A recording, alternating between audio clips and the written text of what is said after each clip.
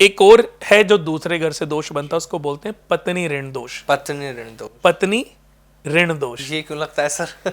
अपनी पत्नी के होते हुए किसी दूसरी स्त्री के साथ संबंध बनाना, अपनी पत्नी के होते हुए किसी दूसरी लड़की के साथ इश्क फरमाना जी, अपनी पत्नी के होते हुए किसी भी लड़की को धोखा देना पैसे के वजह से, तो पत्नी ऋण दोष बनता है जी।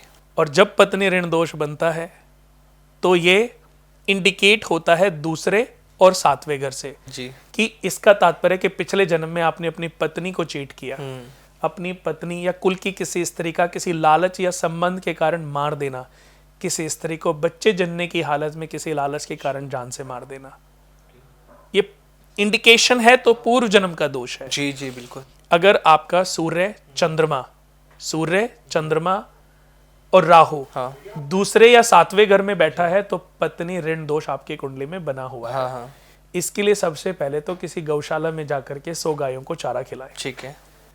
हर महीने खिलाते रहे, हर साल खिलाते रहे, एक बार भी खिला देंगे तो बहुत है। अच्छा, और इसको करने से आपका दोष खत्म हो जाएगा, लेकिन आपको अपनी पत्नी के साथ ईमानदारी दिखानी पड़ेगी, निस्वार्थ भाव से उसकी अच्छी केयर करनी पड़ेगी।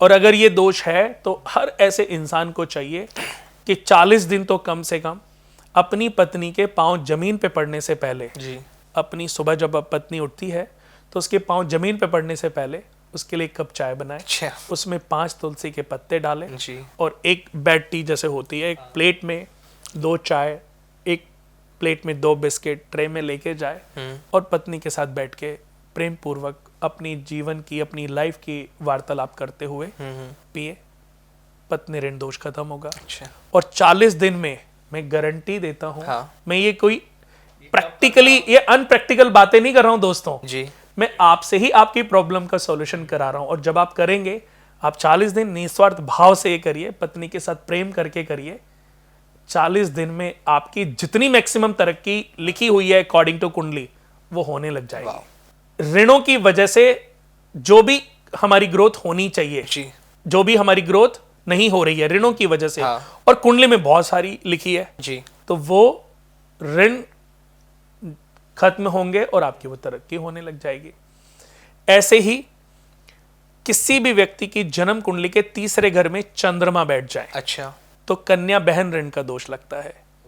ये दोष का कारण क्या रहा? जी, किसी लड़की को धोखा देना, ठीक है, बहन का ख्याल ना रखना, किसी लड़की को धोखा देना, या किसी लड़की की हत्या करना, हद से ज्यादा जुल्म करना, बहन का ख्याल ना रखना, उसके साथ मारपीट करना, उसको तंग करना, हाँ, इससे कन्या बहन ऋण का दोष बनता है।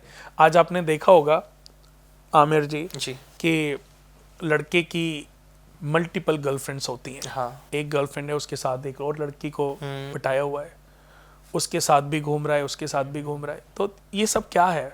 पाप तो है ही ना। बिल्कुल सर। हम उपाय बता रहे हैं, हम ये करने से ये हो जाएगा, लेकिन हम ये तो किसी को बता ही नहीं रहे कि अच्छा तुम्हारे साथ हो क्यों नहीं रहा है। रीजन नहीं पता लोगों को, रीजन कोई बता भी तो नहीं रहा।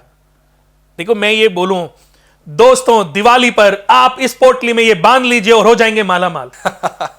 हम तथ्य की तो बात ही नहीं कर रहे। सही बात है, लोगों क्या को सब गुमराह मालामाल कर हो रहे हैं जाएंगे? बस।